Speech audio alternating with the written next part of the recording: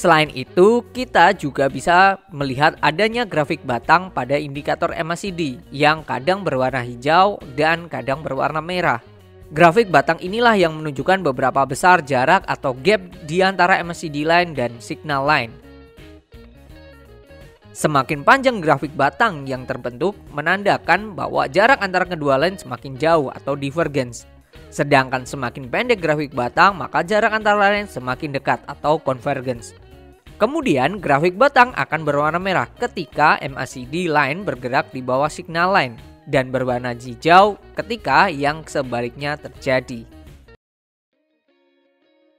Cara membaca indikator MACD. 1. Memahami tren arah harga. Saat MACD line berada di atas signal line, maka harga berada pada kecenderungan tren naik. Sebaliknya, bila MACD line di bawah, maka harganya cenderung untuk turun. Perhatikan perubahan posisi antara MACD line dan signal line. Pada petunjuk kotak kuning di atas bisa dilihat bahwa grafik biru memulai memotong grafik merah. Sebelumnya grafik merah ditembus, harga selalu bergerak turun dan penurunan mulai terbatas ketika grafik biru mulai bergerak naik dan ingin menembus grafik merah. Bila kenaikan grafik biru berlanjut dan terus berada di atas grafik merah, maka harga saham akan naik. 2. Memahami momentum. Perhatikan perubahan posisi antara MACD line dan signal line. Pada petunjuk kotak kuning di atas bisa terlihat bahwa grafik biru mulai memotong grafik merah. Kotak 1. Grafik batang hijau menandakan momentum yang terjadi ketika harga sedang bergerak naik. Semakin panjang grafik batang yang terbentuk dari hari ke hari, maka berarti momentum kenaikan harga semakin kuat. Kotak 2.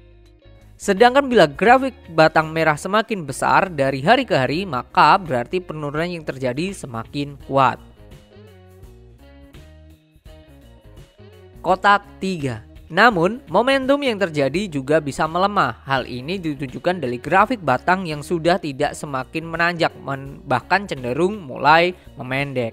Ketika ini terjadi, maka ada peluang terjadi pembalikan arah harga di mana grafik biru mulai menembus grafik merah kembali dan membentuk tren harga yang baru. Setiap indikator juga memiliki kelemahan ya. Jadi teman-teman bisa kombinasi dengan indikator lainnya. Biar tahu mau gunain indikator apa aja, ikutin terus video kita ya. Masih di seputar saham bagi pemula. Tentunya di YouTube Belajar Investasi Saham.